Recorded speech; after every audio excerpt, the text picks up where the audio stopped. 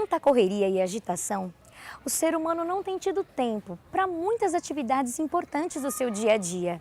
E isso tem prejudicado a sua saúde física, mental e espiritual.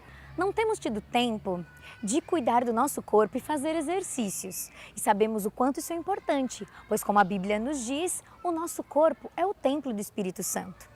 Não temos tido tempo de nos alimentarmos de maneira saudável e temos envenenado o nosso corpo com fast food, o que prejudica muito a nossa saúde. Não temos tido tempo de nos recrearmos e conversarmos com a nossa família, de passarmos momentos de lazer com eles, o que tanto faz bem para a nossa mente.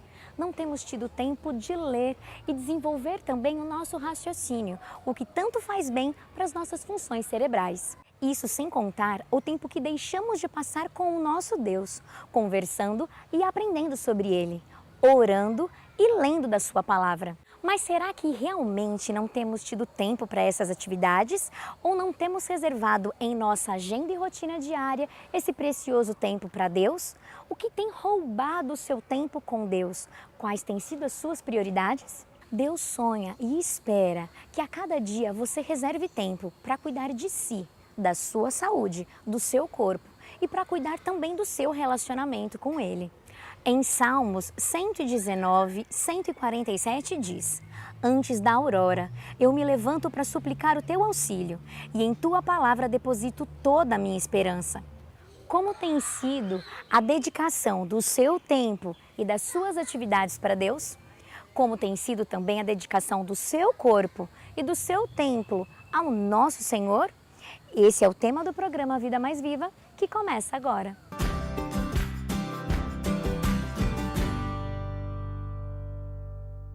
Vida Mais Viva está no ar.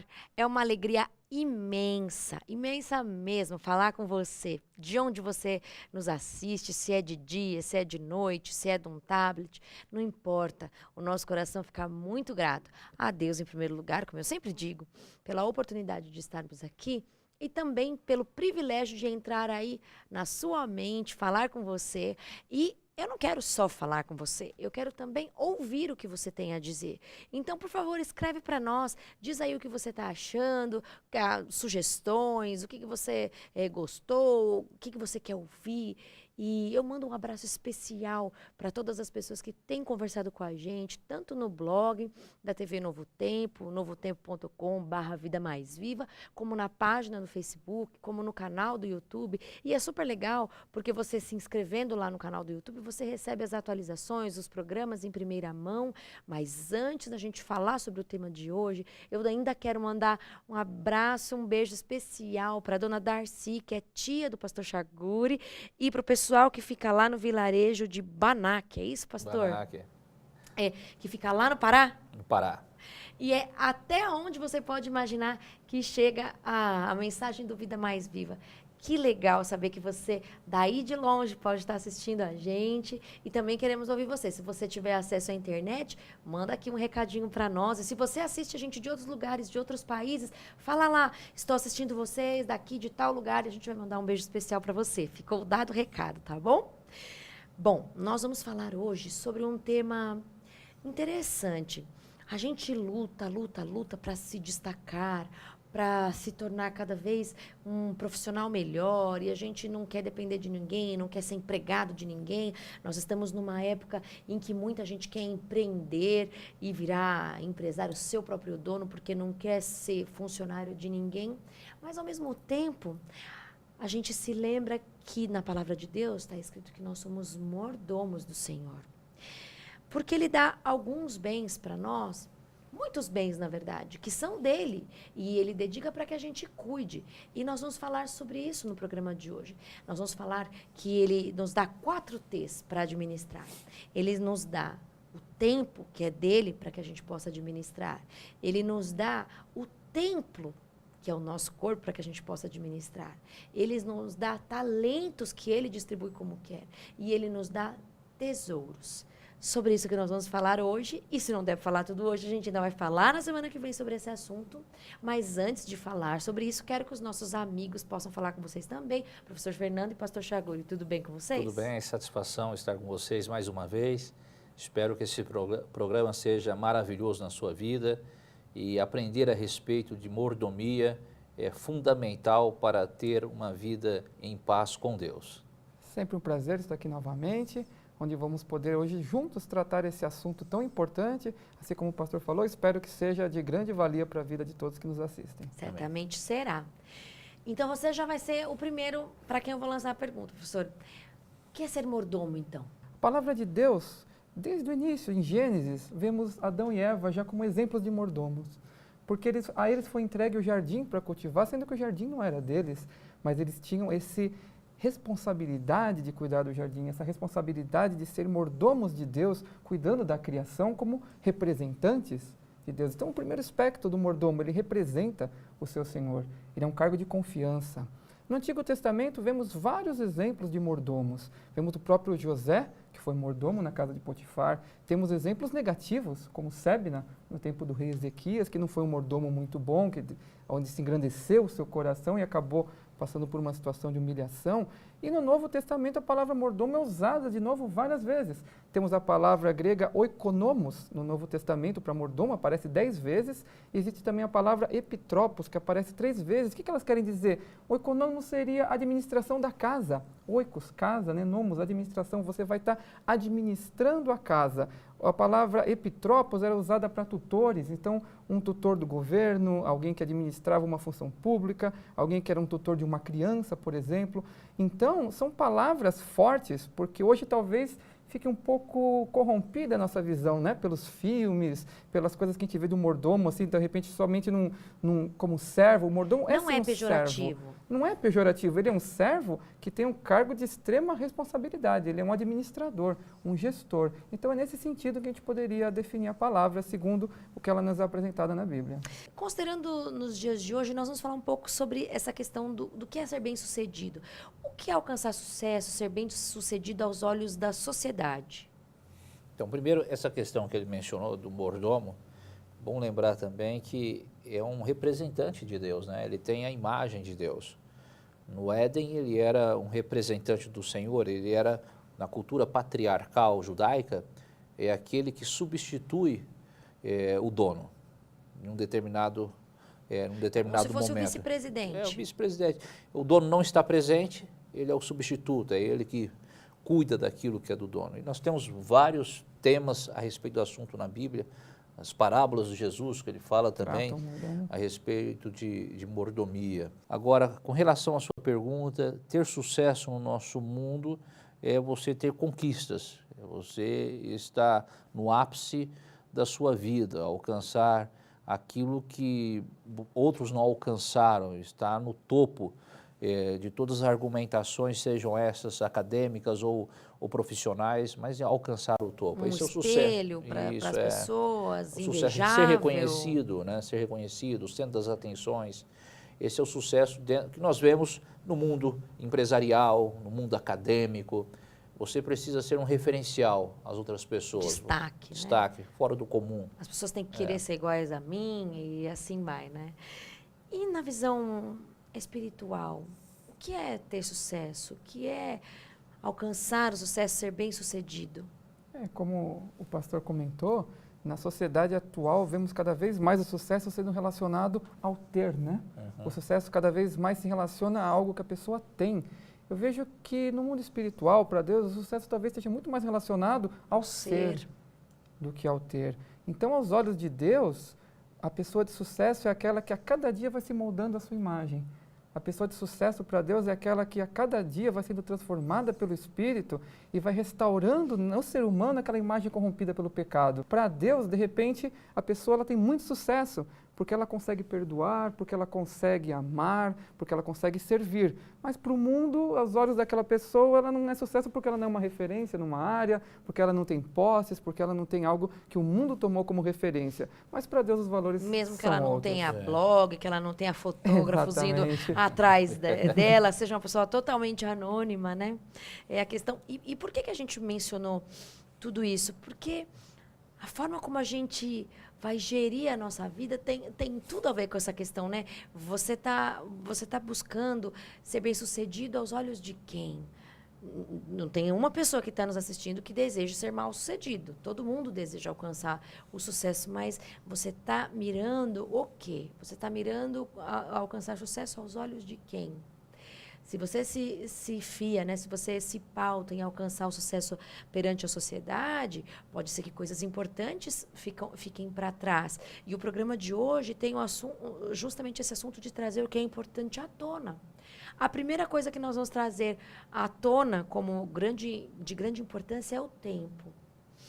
Que, na verdade, acho que é a grande armadilha da nossa sociedade moderna, né? A falta de tempo. A gente vive falando, como é que tá? Tudo bem? É aquela correria, falta tempo. Mas eu não tenho tempo, mas eu não tenho tempo. Peraí, a gente não faz as coisas para facilitar a nossa vida e continuamos sem tempo?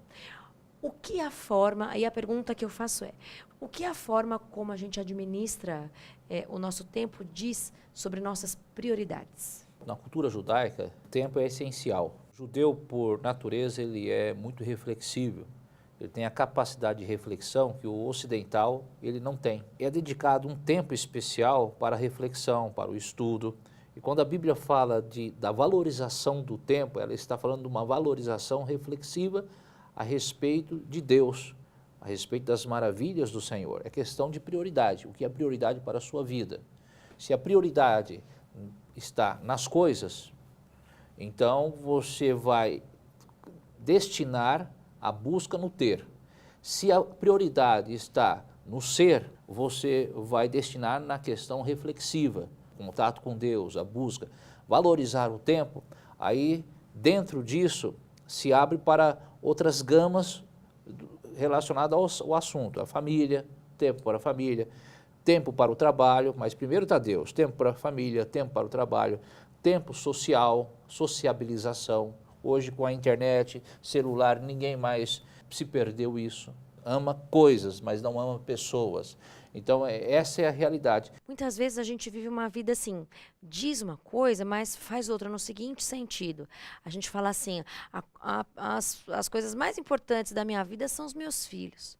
Mas a gente trabalha tanto que nem vê a forma como não vê o filho acordar, não vê o filho dormir, não leva para a escola, não sabe o que acontece, não participa da vida do filho, não sabe o que está acontecendo com os filhos. Será que de verdade a coisa que mais importa na vida é realmente o meu filho? Sendo que eu trabalho tanto, mas aí a gente pensa, poxa, mas é porque eu quero dar uma vida melhor para o meu filho, eu quero que ele tenha aquilo que eu não tive. Mas será que é isso que ele precisa? Será que é ter? Ou será que é o ser? Eu tenho que dedicar tempo ao meu filho para que ele seja uma melhor pessoa. E aí, por isso essa pergunta, né? O porquê das prioridades. Porque se eu digo que a prioridade é o meu filho, eu tenho que viver de acordo com isso. Se eu digo que a prioridade é o meu Deus, a coisa que eu mais amo, a pessoa que eu mais amo no mundo é Deus, mas eu mal faço uma oração. Senhor, me abençoa por tudo, amém. Isso diz muito, não é? Interessante é o seguinte, que o tempo em que nós vivemos prejudicou o tempo em si.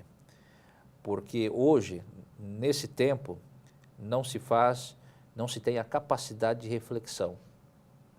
A sociedade moderna é uma sociedade que ela perdeu a capacidade de reflexão. A sociedade antiga era uma sociedade reflexiva. Então, o tempo se perdeu no tempo. Com certeza. O tempo se perdeu no tempo.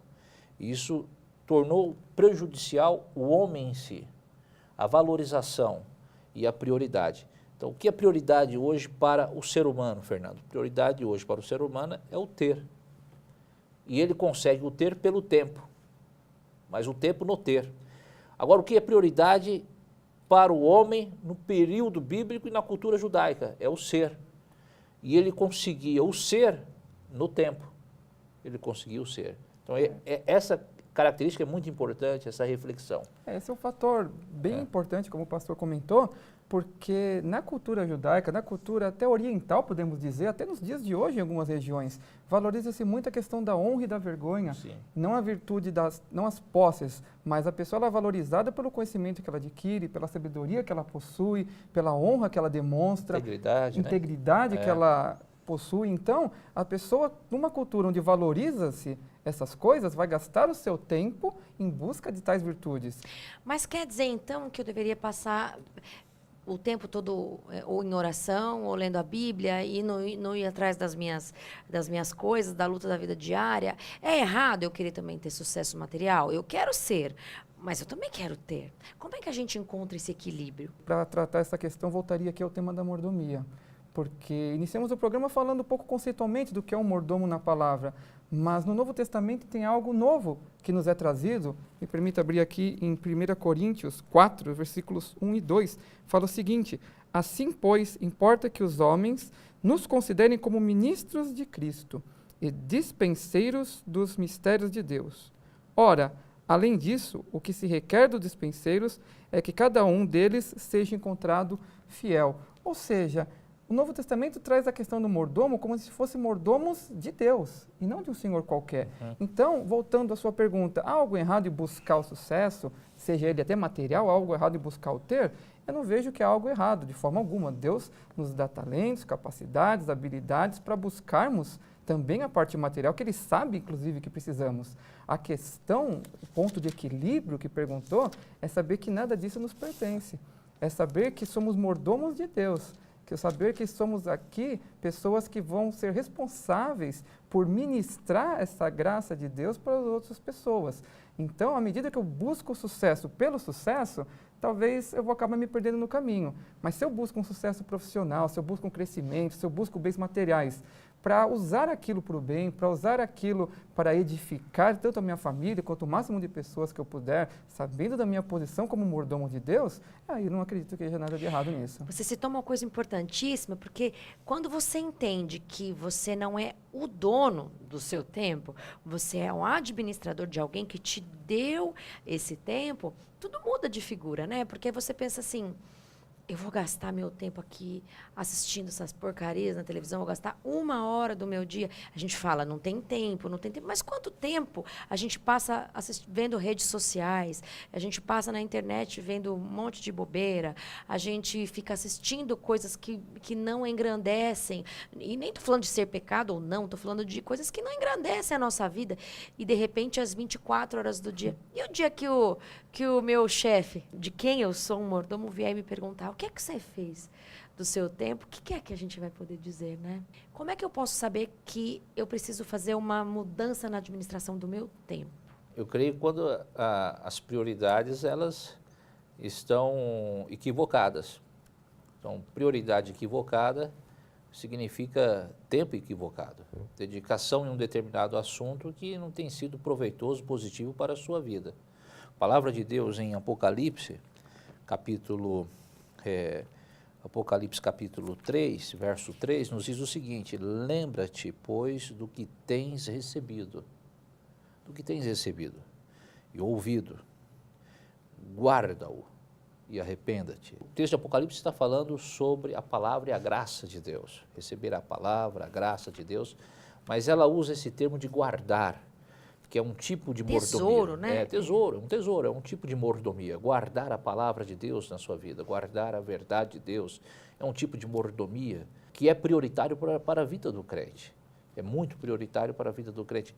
Entretanto, nós vivemos em uma época em que as prioridades estão invertidas. E o verdadeiro mordomo é aquele que guarda, cuida, sem esperar algo em troca. Por isso nós condenamos, eu como pastor e teólogo, eu condeno a teologia da prosperidade. O próprio Jesus, ele disse: no mundo tereis aflições, mas tende bom ânimo. Então a vida não significa, por ser um mordomo fiel, que eu serei próspero em meus tesouros. Pelo contrário, eu posso ser um mordomo fiel e não conseguir os melhores resultados, mas não deixo de ser fiel, Claro. permaneço fiel. Esse é o verdadeiro mordomo. Exatamente. O verdadeiro mordomo é o que guarda, cuida daquilo que não é seu, e independente do resultado a ser recebido, do salário a ser recebido, mas ele é fiel ao dono. Eu vejo que uma grande armadilha existe nessa questão do tempo, porque existem aquelas pessoas que o inimigo consegue levar até a apostasia declarada, mas existem aqueles que simplesmente vão aceitando as pequenas armadilhas que até com coisas boas a gente gasta o nosso tempo. Eu falei há pouco que a gente gasta às vezes com porcarias, mas às vezes a gente gasta o tempo com coisas boas, mas deixando para trás as melhores. Isso também não é uma armadilha? Por isso que a palavra prioridades é importante, né? A gente precisa, 24 horas tinha que ser suficiente. De maneira que o inimigo vai colocando, mas um exercício que precisa fazer, e mais não sei o quê, e precisa fazer, e o trânsito. Tudo isso são armadilhas que me impedem de alcançar o meu alvo, que é primeiro estar com Deus, e segundo com a minha família. Então, fica aqui um recado, né? A gente está encerrando esse pedaço do tempo, mas que fica aqui um recado para você que está nos assistindo, que você perceba essas armadilhas todas e que, se chegar à conclusão, muda a sua administração do tempo, porque você vai precisar dele para se aprimorar e porque você vai ter que prestar conta para o seu Senhor, não é verdade? Verdade. É a questão, né, Fernando? Questão de prioridade. Esse ponto é a prioridade. Para você ter prioridade, você tem que fazer uma reflexão. Uma das regras da área acadêmica é que vale mais o que você pensa do que você escreve. Sem dúvida. Você parar para refletir do que escrever. Tem gente que escreve, mas não escreveu nada com nada. Mas quando você para, pensa, analisa, faz uma reflexão acadêmica, você consegue escrever aquilo que, sem pensar, não seria capaz. Com né? certeza. Então, a reflexão. Então, você tem que fazer uma reflexão do seu tempo, onde você está destinando esforços. E que esses esforços que você tem colocado, as prioridades, não são positivas para a sua vida, para o seu desenvolvimento, para o seu crescimento. Então, esse equilíbrio é fundamental na vida. A gente precisa, só posso concluir que a gente precisa da direção de Deus para gerir, inclusive, o tempo, que é um grande presente, né? Eu acho até mais difícil do que outras coisas. Por exemplo, um tesouro, que é questão material. Você trabalha um pouco mais, você arruma um novo emprego. Isso aqui que eu estou ganhando não dá? Eu consigo mais. Agora, tempo, eu não consigo mais. Eu tenho 24 horas e é com isso que eu tenho que trabalhar. O meu salário, eu posso arrumar um outro emprego, uma outra atividade para aumentar, mas tempo não. Então, essa administração, aí mostra quem realmente gere de forma adequada. E a gente não tem a forma adequada, tem que pedir a direção de Deus. Você ia falar alguma coisa? Eu só complementaria, porque existe aquela frase famosa que fala que tempo é dinheiro, né? Eu costumo dizer que o tempo é muito mais valioso do que o dinheiro. Muito mais. Porque o dinheiro você pode e pode ganhar de volta aquele dinheiro perdido. O tempo perdido passou e não tem como recuperar. Você finalizou muito bem, viu? Vamos seguir então para o segundo T. Templo. Se esse corpo, o templo... Então, expliquem, em primeiro lugar, expliquem para quem está nos assistindo, que às vezes não está acostumado com essa linguagem igrejeira, o que é o templo? O templo, a Bíblia, ela é a igreja? Não, né? A Bíblia apresenta várias vertentes de templo. O templo pode ser um local onde Deus está presente, se torna um templo. Por exemplo, Deus, quando esteve com Moisés no deserto... Foi um templo. Foi um templo, né? A sarça que queimava, ali virou um templo de Deus. Que a presença dele faz do local um templo. O templo pode ser um ambiente construído, como você vê no Antigo Testamento, um local de construção para adoração. Como você vê no Novo Testamento, quando Paulo ele fala que o templo, nós somos o templo do Espírito Santo. Então, existem muitas vertentes a respeito do templo, né? Mas a gente pode dimensionar o templo a nós, porque também somos a igreja de Deus. Nós somos pessoas onde Deus habita. Deus faz morada no nosso coração. E onde eu for, ali tem um templo. Ali é um templo. Eu sou um templo vivo do Senhor, né? E qual é a função de um templo? A função de um templo é adorar a Deus e levar pessoas à adoração, né? Essa é a função de um templo. Então, qual é a sua função? O seu corpo, ele existe para adorar ao Senhor. Então, tudo que você faz, tudo que você fala, ele tem que ter o foco de adoração ao Senhor. Seja profissionalmente, seja na sua vida familiar, mas seja no que você come, no que você bebe, no que você vê, no que você lê, sempre você tem que pensar que ali você é uma igreja adorando a Deus. O foco sempre é o Senhor.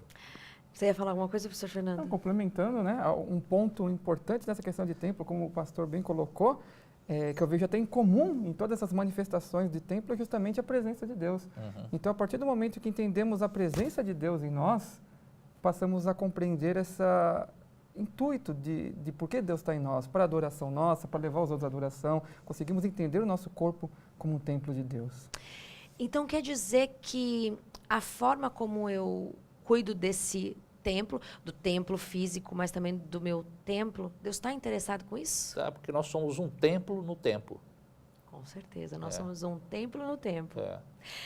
E com esse pensamento, a gente vai encerrar o programa de hoje, guardando essas mensagens para a semana que vem, mas teve muito assunto, né? Mas semana que vem a gente vai continuar falando mais. Bom estar com vocês e até o próximo programa. E a você, querido amigo, que acompanhou o programa Vida Mais Viva, que vibrou aqui com um assunto interessante, eu já convido a estar conosco também no próximo programa, mas eu gostaria de levá-lo a refletir um pouquinho sobre esse assunto do tempo. Em Eclesiastes 3, nós podemos ler assim: tudo tem o seu tempo determinado, e há tempo para todo propósito debaixo do céu.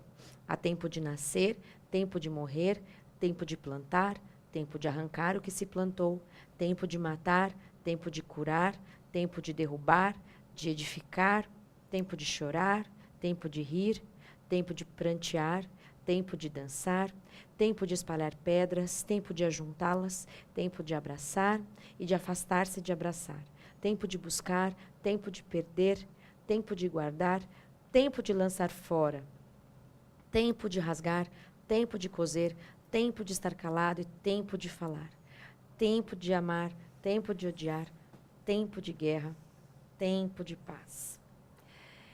Com esse pensamento, eu gostaria que você pensasse que eu não sei em que tempo você está, mas eu deixo uma reflexão aqui, que você pense bastante durante essa semana como é que você tem feito a administração como mordomo desse importante presente que Deus te deu, que é o tempo. Lembrando que você é um templo no tempo. E que se você perceber que algo precisa ser melhorado, corrija, por favor. Se precisar de ajuda, o programa Vida Mais Viva está aqui. Escreva para a gente. Fique com Deus e até o próximo programa.